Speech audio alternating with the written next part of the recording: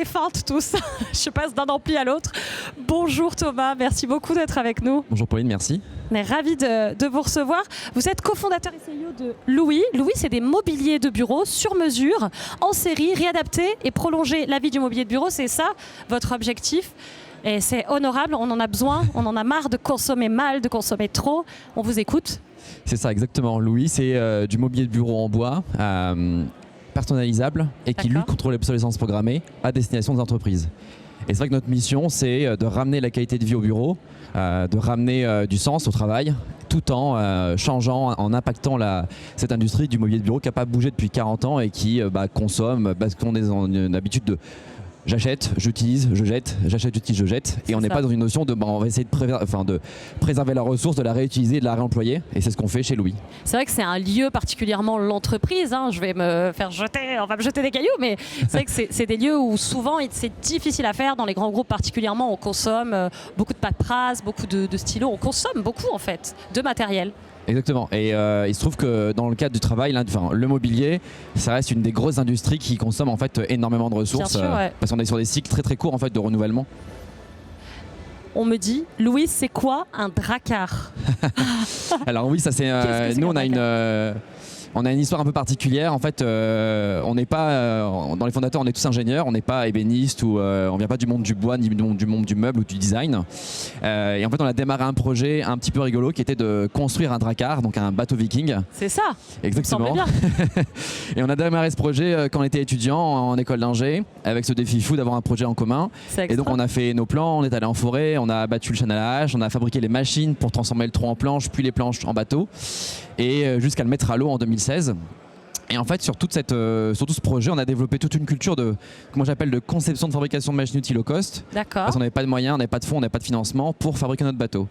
Et donc, dans cette optique de mettre à l'eau ce projet, de finir ce projet, de le mettre à l'eau, on s'est dit, on a des compétences, on a des machines, pourquoi on ne ferait pas du mobilier? Et ça a été en fait la rencontre avec le monde des makers, donc les années 2015-2016. On a rencontré des designers open source, des clients, et on a fait du mobilier de bureau, d'abord pour des particuliers puis des entreprises. Et en fait, on a découvert un secteur hyper intéressant. Nous, d'une part, une appétence pour le design, pour le produit, et puis en fait une industrie qui était vieille, qui n'a pas bougé. On a senti qu'il y avait un truc à faire, quoi. Bien sûr. Alors, ce qui est assez touchant et ce que je trouve très beau dans ton histoire, c'est que au départ, on dirait que c'est un peu un rêve d'enfant qui rêve de se construire un gros bateau, une énorme maquette, exactement ça. Et qu'on se retrouve avec une entreprise ultra utile qui fonctionne hyper bien et qui a en plus un projet social, d'avenir. C'est un peu ça, non? Exactement. Et c'est ça qui est joli, c'est vrai, avec tous les profils d'entrepreneurs qui défilent sur ce plateau de l'Ampli, vous avez ça en commun, en fait, des rêves un peu fous qui vous emmènent très loin, en fait. En fait, c'est ça, ça part comment j'appellerais un délire entre potes de ce projet de bateau. Et aujourd'hui, effectivement, Louis, c'est une entreprise engagée avec 20 personnes, avec 40% de femmes. Et nous, on est vraiment hyper fiers d'avoir quasiment 50% à la production. Donc on a nos bureaux, les bureaux Louis qui sont fabriqués par autant d'hommes que de femmes. Et sur la partie effectivement sociale, l'égalité homme-femme, ce genre de choses, c'est des valeurs hyper importantes pour nous. Et je pense que c'est à nous, à notre niveau en tant qu'entrepreneur, qu'on peut faire changer les choses, qu'on peut ramener plus de féminisme, plus d'égalité, que juste attendre que ça vienne d'en haut. Et c'est aussi pour ça qu'on crée des boîtes, quoi. Thomas, depuis le rêve originel, depuis ce drakkar, en fait, il y a eu quand même pas mal d'étapes, je suppose, en tant qu'entrepreneur, à mettre en place pratiquement, concrètement. Comment ça s'est passé? Ça n'a pas toujours été facile, je suppose. Non, ça a été dit et redit, effectivement, c'est toujours un parcours. Nous, on a décidé en environ mars 2017 de se concentrer sur ça, faire un seul projet, un seul produit, du mobilier de bureau 100% customisé et livré rapidement pour les entreprises. Et on a intégré en fait à ce moment-là un premier accélérateur de start-up qui s'appelle l'IoT Valley à Toulouse, là où on est. Et donc pendant un an, on a développé notre produit. On a pas mal de Toulouse, je te coupe 2 secondes, mais ça fait plaisir. Toi, tu n'as pas l'accent, donc t'es non, mais parce que moi, je suis pas né à Toulouse, mais j'ai été adopté. Bon. Mais par contre, effectivement, au bureau, l'accent est très très fort. Ouais. Bon. Et donc, tu crées ton bureau à Toulouse. C'est ça. Et on attaque cet accélérateur, on développe du coup cette culture d'entrepreneur pendant un an. Puis après, en 2018, on commence à tester, on vend à des startups, on vend à des PME, on vend à des corpos. on intègre un autre accélérateur qui est Techstars Paris, qui est un des 2 meilleurs accélérateurs de start-up au monde, un accélérateur américain qui était basé à Paris jusqu'à l'année dernière. Et c'est à ce moment-là qu'on crée la marque Louis, on ajuste notre proposition de valeur vers les aménageurs qui sont notre gros réseau de distribution partout en France et qu'on arrive à continuer à se développer, 7, puis 14, puis 20 aujourd'hui. On a levé des fonds en fin d'année dernière pour vraiment réussir cette mission qui est d'un côté ramener du sens, ramener les gens au bureau, ramener de la qualité et changer cette industrie qui est à la base hyper polluante et au final peu orientée dans l'avenir, quoi.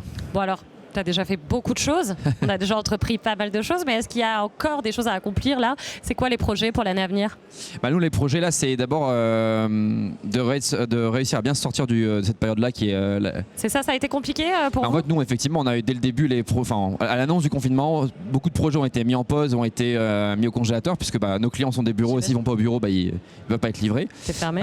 Mais on a développé du coup très rapidement 2 solutions. Un premier produit qui était un produit de home office, donc un bureau, parce que notre mission c'est d'aider les gens pour qu'ils puissent travailler mieux au bureau, mais s'ils se déplacent à la maison, notre mission c'est de les suivre et les aider à la maison. Et tout le monde ne va pas travailler sur sa table de cuisine, n'a pas un bureau dédié à ça. Et donc on a travaillé une solution hyper simple pour avoir un bureau adapté à vos dimensions, parce que tout le monde a un appartement, une maison différente, avec des produits en France, avec la même philo que ce qu'on a fait. Donc on a lancé ça et très rapidement on a aidé aussi les entreprises, nos clients, à revenir au bureau et préparer le déconfinement. Et donc on a lancé une opération un produit qui s'appelle Vauban, qui est un séparateur en polycarbonate anti-Covid pour rassurer, protéger et soulager les gens au travail avec le port du masque, etc. Bon, vous avez su vraiment vous adapter effectivement à la situation. Mais nous, effectivement, si on se projette sur l'avenir et ce qui va se passer en 2021, c'est une grosse année pour nous. On espère vraiment qu'il y ait cette prise de conscience du reconsommer local mieux, qui donne du sens. Et donc là, sur les tendances qu'on voit, on voit à la fois effectivement cette vague de télétravail qui va s'incruster et qui va rester pour longtemps. Et donc, il va falloir équiper les gens chez eux pour qu'ils puissent travailler correctement. Et en même temps, les entreprises ont quand même pris conscience qu'il fallait ramener aussi les gens au bureau pour redonner du sens, créer du lien et développer leur culture d'entreprise. Et donc, l'aménagement et le mobilier est un point hyper fort pour faire ça. Et donc, aujourd'hui, on va passer d'un secteur où on faisait de la quantité à de la qualité. Et donc, qui plus est avec du Made in France ou du biosourcé. Et c'est exactement ce qu'on sait faire. Donc, si on travaille bien, 2021 devrait être une bonne année pour nous. Ça devrait être top. Bravo en tout cas, merci beaucoup Thomas d'avoir été avec nous. Merci pour ton témoignage, ça fait vraiment plaisir, tous ces beaux échanges qu'on a depuis ce matin. C'est hyper enthousiasmant finalement, on regarde un peu cette pandémie dans notre œil, ça fait du bien parce qu'on n'en pouvait plus, voilà. Mais on est très heureux.